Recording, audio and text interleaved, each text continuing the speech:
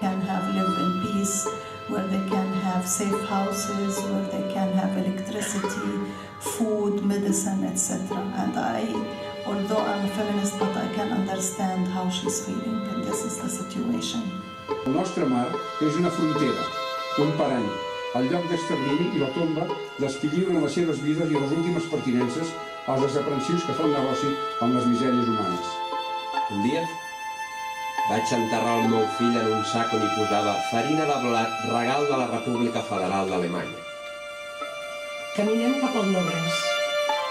Camins inundats, reixats impossibles de travessar, murs, límits, fronteras. La huella, el presagio. Llevo su nombre y su apellido. Es 20 de octubre del 2016. Me llamo Skandar Aljit y estoy vivo.